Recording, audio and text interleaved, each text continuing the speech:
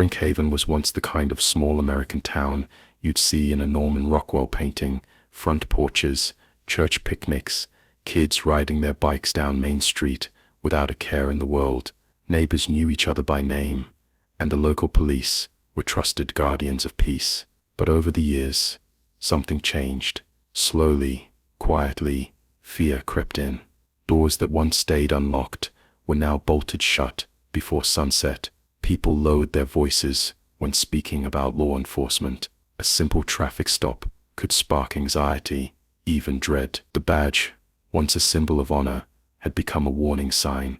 Rumors swirled about missing persons, unexplained fires, and cases that mysteriously vanished from the courthouse. The police force, once part of the community, now ruled above it. Folks whispered about payoffs, threats, and cover-ups, but no one dared to speak out loud. In Brinkhaven, raising questions could get you fired, or worse. Justice, it seemed, had taken a backseat to power. For the elderly residents, who had lived in the town for decades, watching this transformation was heartbreaking. The town they once knew was gone, replaced by a place where silence wasn't just common, it was survival, and no one knew how, or if, things could ever go back.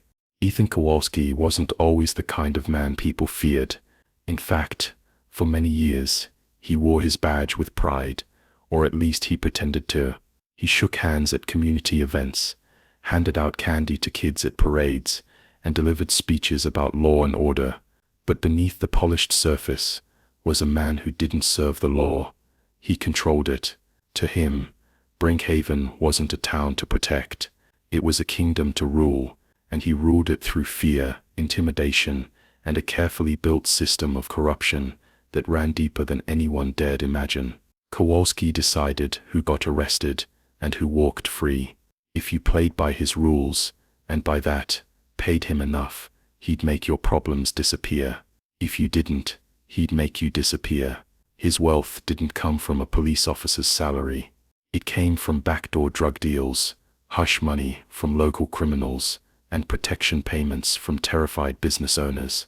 He built a criminal empire under the very roof meant to uphold justice, and nobody stopped him, because those who tried didn't last long. But even a king needs someone to do his dirty work. That someone was Darren Reese.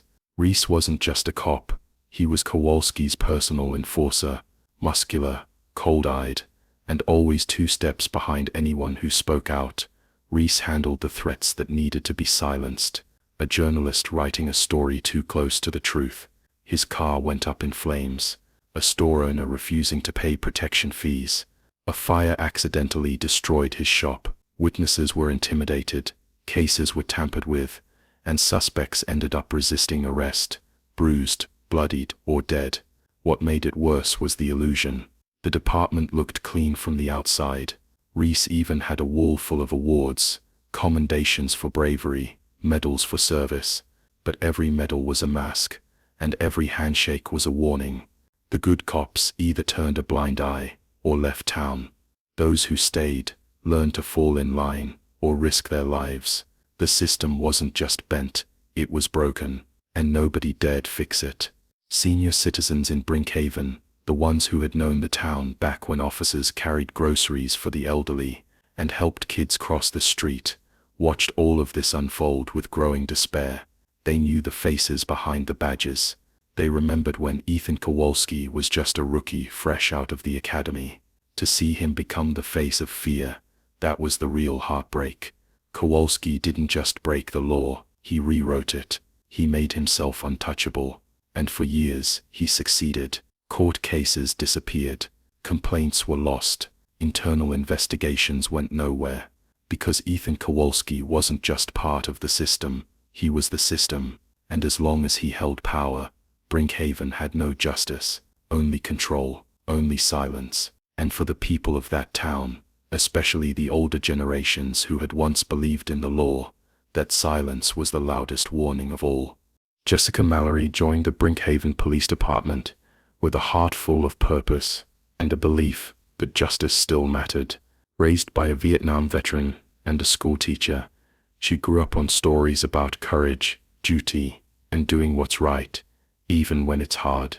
Becoming a police officer wasn't just a job for her, it was a calling. She wanted to serve, to protect, and to make her hometown a safer place. For a while, she believed she could. In her early days on the force, Jessica admired Ethan Kowalski. He was respected, charismatic, and had a firm grip on the department. He spoke about order and leadership, like a man on a mission, but it didn't take long for her to notice that things weren't quite right. The first red flag came when a case involving a powerful local businessman was suddenly dropped without explanation. When she asked why, she was told to stop asking questions. The second time, she noticed drug money had gone missing from the evidence locker.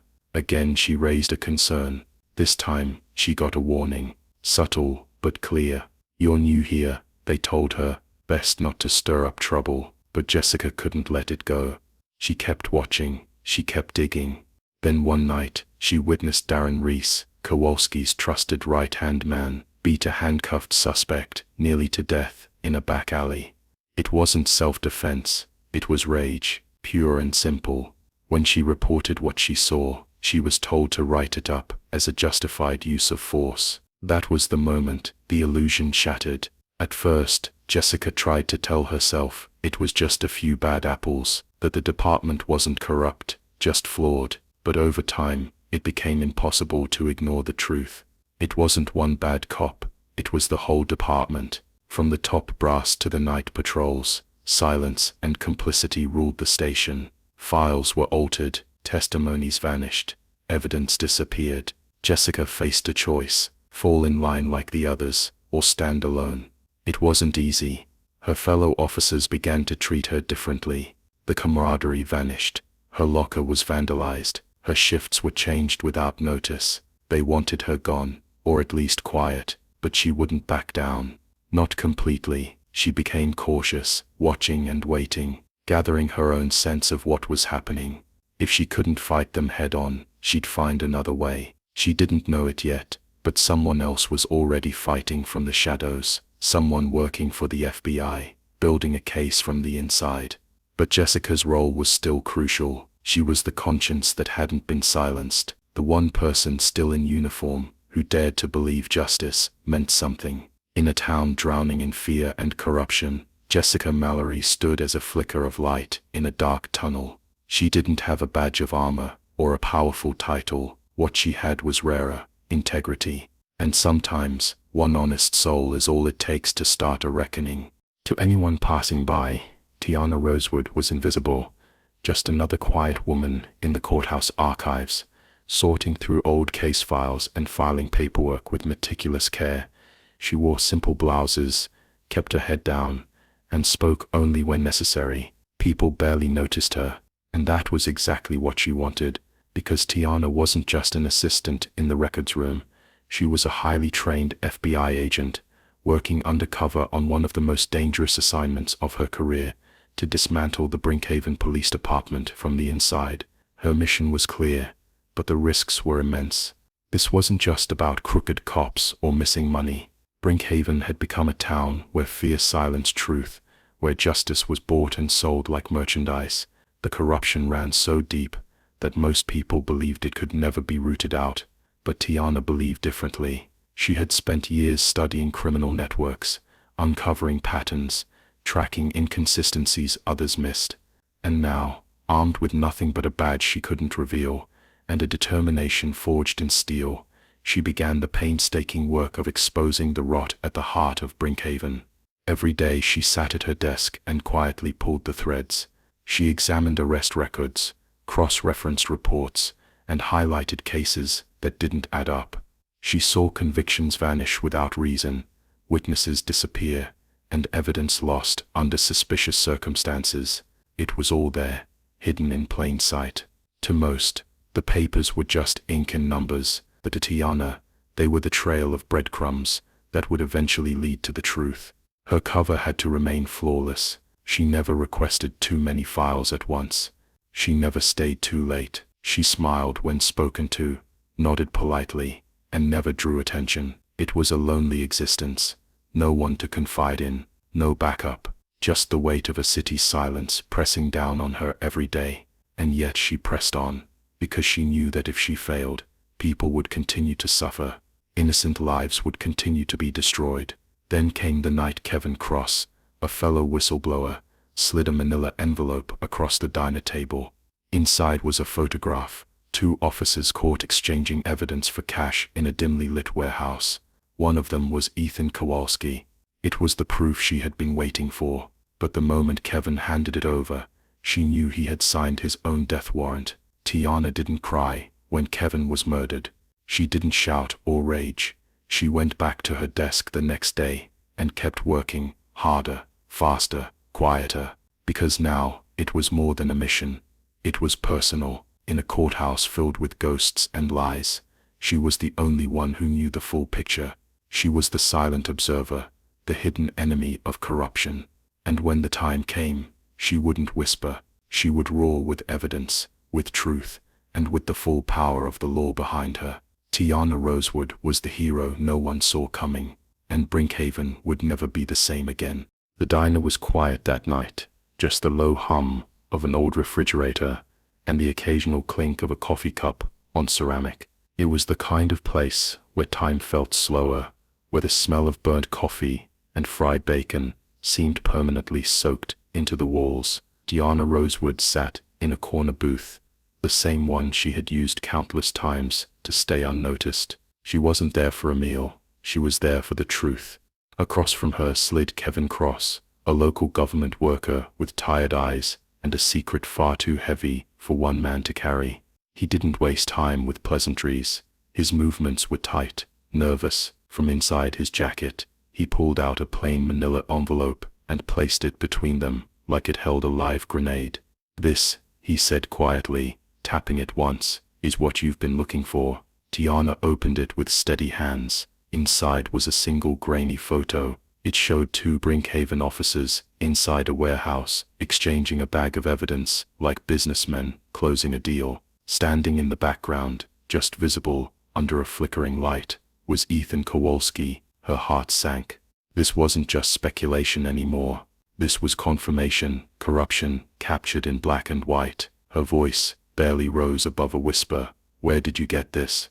Kevin looked down, his voice flat. "A source. Someone who wants it to end as badly as we do." But the look in his eyes told her everything. He was scared, more than scared, hunted. "My apartment's been searched," he confessed, glancing toward the diner's door. "My car's being followed. They know someone has this." Tiana's stomach turned to stone. This wasn't just a whistleblower handing off evidence. This was a man passing the torch because he knew his time was running out. "You need to disappear," she urged, already knowing it was too late. Kevin shook his head.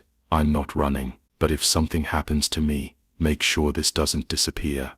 Then he stood up, gave her one last look, a silent plea and a goodbye rolled into one, and walked out the door. She never saw him again.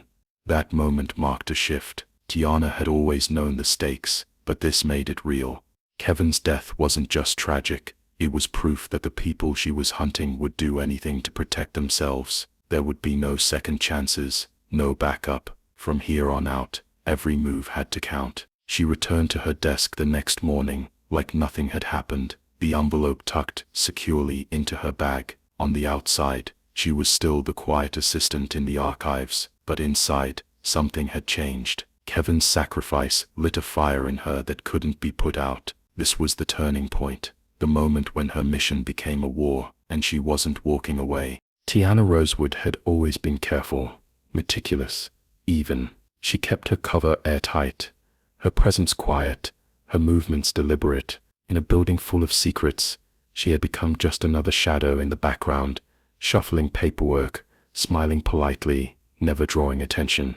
But in a place like Brinkhaven, even the smallest ripple could stir suspicion, and lately, Jessica Mallory had started to notice things that didn't quite add up. It began with little details. Why was the records assistant looking through police files from high-profile cases that had long since been closed? Why did she always seem to close her laptop whenever someone walked by? Why was she requesting documents that had nothing to do with her job? Jessica, a seasoned cop, who had once believed in the system, had learned to read between the lines, and something about Tiana wasn't sitting right. The moment came one late evening. Most of the courthouse was empty, the hallways quiet, the lights humming low. Tiana sat at her desk in the records room, scanning through yet another case file that had supposedly been closed years ago. She sensed it before she saw it, that prickling feeling along the back of her neck. Slowly she looked up. Jessica Mallory was standing at the doorway, arms crossed, eyes sharp and unreadable. "Working late again?" Jessica asked, her voice casual, but there was an edge behind it. Tiana smiled, careful to keep her tone light. "Somebody has to keep this place organized." Jessica didn't smile back. She stepped inside, leaned against the desk, and studied Tiana like she was a puzzle with one missing piece. "I was just thinking," she said, her fingers tapping slowly on the wood. "You sure have an eye for old files, closed ones mostly." Tiana kept her expression neutral. "I like to be thorough." Jessica didn't laugh, she didn't blink, she just watched, and in that silence, everything changed. Tiana realized that this wasn't just casual curiosity anymore. Jessica had been watching, tracking, and now she was standing at a crossroads. She hadn't turned Tiana in yet, which meant she wasn't sure, but if she dug deeper, if she connected the dots, Tiana's cover would be gone. And in a town like Brinkhaven, being exposed didn't mean a demotion, it meant a body bag. "I don't know what you think I'm doing," Tiana said calmly, "but I promise you, I'm just doing my job." Jessica tilted her head slightly, considering, then pushed off from the desk. "Maybe," she said, and with that, she turned and walked away. But Tiana didn't relax. She knew the clock had started ticking. Jessica Mallory wasn't stupid. She was observant,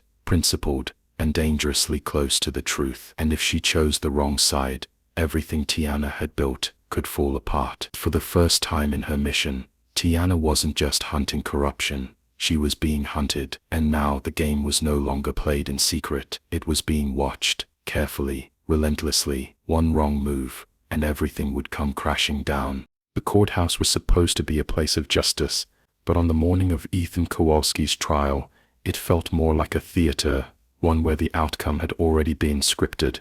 Outside, reporters gathered in clusters, microphones poised, cameras blinking like fireflies.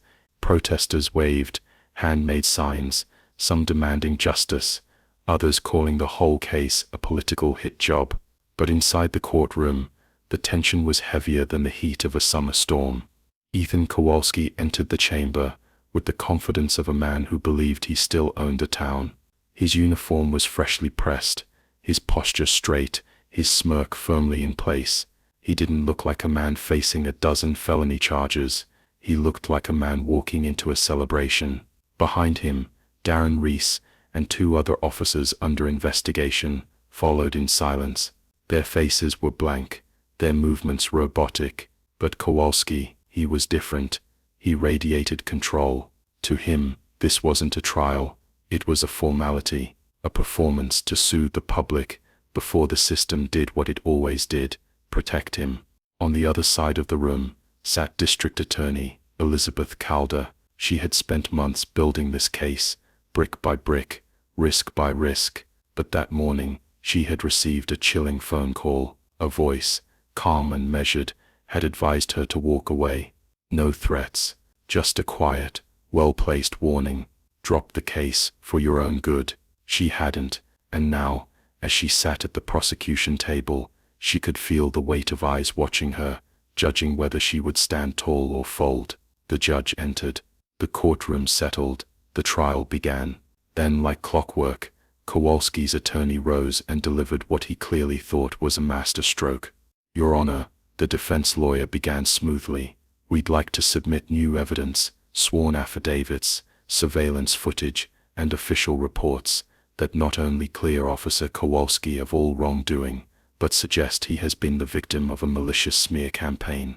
Calder's stomach dropped. She hadn't seen any of it before, because it hadn't existed until now. Manufactured timelines, forged statements, carefully doctored footage. She didn't need to examine the folder to know what it contained. Lies wrapped in the appearance of truth. She glanced at Kowalski. He met her gaze with that same smug grin, and folded his hands like a man watching his favorite game show. The judge reviewed the materials and turned to her. "Miss Calder, how do you respond?" Her mouth went dry. She had prepared for legal battles, courtroom tactics, public backlash, but this level of fabrication, it felt like being buried alive. Every eye in the courtroom turned to her, including the jury's. The silence was suffocating. And Kowalski, he leaned back in his chair, calm as ever, convinced the game was his to win, again. But what he didn't know was that the real evidence, the kind no lie could cover, was about to walk through those courtroom doors. The moment the courtroom doors opened, the atmosphere shifted. What had once felt like a rigged performance, Kowalski's carefully choreographed escape from justice, was about to be rewritten. The sharp click of high heels echoed across the marble floor, slicing through the thick silence like a blade. Every head in the room turned. Some gasped, others squinted, unsure of what they were seeing. But one man, Ethan Kowalski, felt the change before anyone else.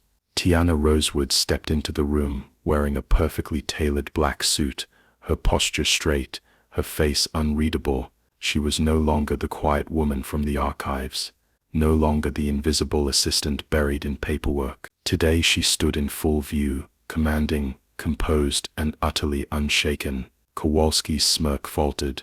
At the prosecution's table, District Attorney Elizabeth Calder rose slowly, her expression a mixture of awe and relief. This was the moment she had hoped for, but hadn't dared to expect. "Your Honor," Calder said, her voice steady but charged with anticipation, "the prosecution would like to introduce a key figure in this investigation." She paused, allowing the weight of her next words to settle. "Special Agent Tiana Rosewood, of the Federal Bureau of Investigation." Gasps rippled across the gallery. The judge's eyes widened. A few jurors leaned forward. Even the defense attorney looked rattled, but none of it mattered as much as the look on Ethan Kowalski's face. For the first time, he wasn't smiling. His jaw clenched, his fingers twitched against the table, and a cold sweat began to form at his brow. Tiana walked forward with quiet authority, carrying a small black flash drive. It looked ordinary, unremarkable, even, but everyone in that room could feel its weight. It wasn't just data, it was truth. She plugged it into the courtroom's evidence system and pressed play. Kowalski's voice filled the room, calm, smug, unmistakable. "If you want things to run smooth, you know how it works. You pay, we look the other way. Then, but if I find out you're holding out on me, you know what happens." The courtroom erupted, gasps, whispers, reporters scrambling to take notes. The defense attorney jumped to his feet, objecting, claiming the audio could be doctored. But Tiana wasn't finished. She placed a cracked phone on the table and played the last recording of Kevin Cross, capturing not just voices, but a crime in progress, a man murdered, officers standing over his body, unbothered, unrepentant. Darren Reese's voice could be heard, "Move the body." Nobody saw anything. The room fell into stunned silence, and in that silence, Tiana turned to face Ethan Kowalski. He looked at her, not with arrogance, but with something new. Fear. She stepped closer, her voice barely above a whisper, but sharp enough to cut through the tension. "Not so untouchable now, are you?" In that moment, the tide turned. The courtroom, once his stage, had become her battlefield, and justice, long silenced, had finally found its voice. For years Ethan Kowalski had walked these very halls, with his head held high, shoulders squared, untouchable. Judges respected him. Politicians returned his calls. His badge wasn't just a symbol of authority, it was a shield against consequence. But now, as the courtroom erupted in gasps and whispers, that shield shattered. The evidence Special Agent Tiana Rosewood had presented was undeniable. The audio of Kowalski's own voice, the video of a cold-blooded killing covered up by his officers, and the final recording of Kevin Cross, all of it landed like hammer blows, pounding through years of lies and intimidation. The gallery sat frozen in shock. The jury stared in stunned silence. Even the judge, long presumed to be sympathetic to the defense, looked shaken, but no one reacted more viscerally than Kowalski himself. His hands gripped the edge of the defense table, his chest rose and fell in shallow gasps. Then, like a man watching his empire crumble brick by brick, he panicked. With a violent motion, he shoved back his chair, sending it crashing to the floor. He darted for the courtroom exit, ignoring the stunned cries of those around him. Papers flew, reporters scrambled, one juror gasped audibly. This wasn't the powerful officer the town had once feared. This was a desperate man, running from the truth. "Stop him," someone shouted. But Tiana didn't move. She didn't have to. In an instant, two plainclothes FBI agents intercepted Kowalski mid-stride. One tackled him low, the other pinned his arms. He hit the floor with a loud, painful thud, his face flush with rage. He fought back briefly, shouting curses and protests. "This is a setup," he bellowed. "You can't do this. I own this town." But the cold click of handcuffs silenced him more effectively than any argument. His own cuffs, the same kind he'd used on countless innocent people, now locked tightly around his wrists. Tiana stepped forward, calm, unshaken. She looked down at the man who once ran Brinkhaven like a king, and said simply, "Not anymore." Reporters surged toward the front of the room. Flashbulbs fired. Microphones were raised. But all anyone could focus on was the sight of Ethan Kowalski being dragged out of the courtroom, no longer a figure of power, but a prisoner. The officers who had once stood behind him, Darren Reese and the others, now sat frozen, their futures crumbling right alongside his. And in that moment, something happened that Brinkhaven hadn't felt in a long, long time. Hope, justice, long buried under fear and silence, had finally stood up. The townspeople, who had watched their home fall into darkness, now saw a sliver of light. And though the scars would remain, today was different. Today, the town had witnessed something real. Justice wasn't just a word anymore. It had a name, and her name was Tiana Rosewood. Outside the courthouse, the people of Brinkhaven stood shoulder to shoulder. Some wept. Others cheered. For the first time in years, their voices were no longer hushed. The man who had ruled their town with fear was now in handcuffs, his smirk erased, his power stripped. Reporters swarmed, cameras flashed, and families who had once feared for their safety stood tall again. It was, by every measure, a victory. Tiana Rosewood should have felt relief, maybe even joy, but instead, a chill crawled up her spine. She stood on the courthouse steps, watching the celebration unfold. Her sharp eyes scanned the crowd, not for danger, but for patterns. Something felt off. The tension in her shoulders hadn't eased. Even though the battle was over, she had taken down Ethan Kowalski. Yes, but deep down, she knew something that no one else did. This wasn't the end. Her phone buzzed in her pocket. She almost didn't answer, but instinct told her she had to. She stepped away from the noise, into the shadows of a marble pillar. "This is Agent Rosewood," she said. Silence on the line. Then a voice, smooth, calm, amused. "You think you've won?" Her blood ran cold. "Who is this?" she demanded, her voice low and sharp. The voice didn't answer the question. Instead, it said something far more chilling. "Kowalski was a tool, a puppet. You clipped a branch. Agent Rosewood, you didn't even touch the root." She froze. The voice continued, each word dripping with confidence. "You just stepped onto a chessboard far larger than you realize. And the real players, we've been watching you, from the very beginning." Then click, the call ended.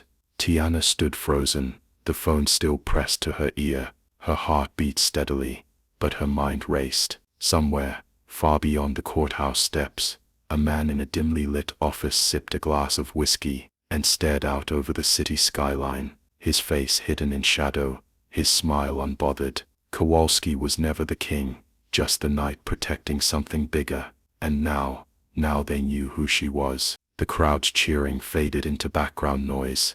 As Tiana slowly lowered her phone, the wind picked up slightly, rustling her coat. She looked back toward the courthouse, toward the people, the flashing cameras, the illusion of resolution. She had brought justice to Brinkhaven, but justice, she now realized, was just the beginning. Behind the curtain of corruption lay something more sinister, a network, a machine, a threat that didn't wear a badge, but controlled the ones who did. And as the sun dipped below the horizon, Tiana understood the true cost of victory. The war had only just begun. In the story of Tiana Rosewood and the corrupt police department of Brinkhaven, we find more than just suspense and courtroom drama.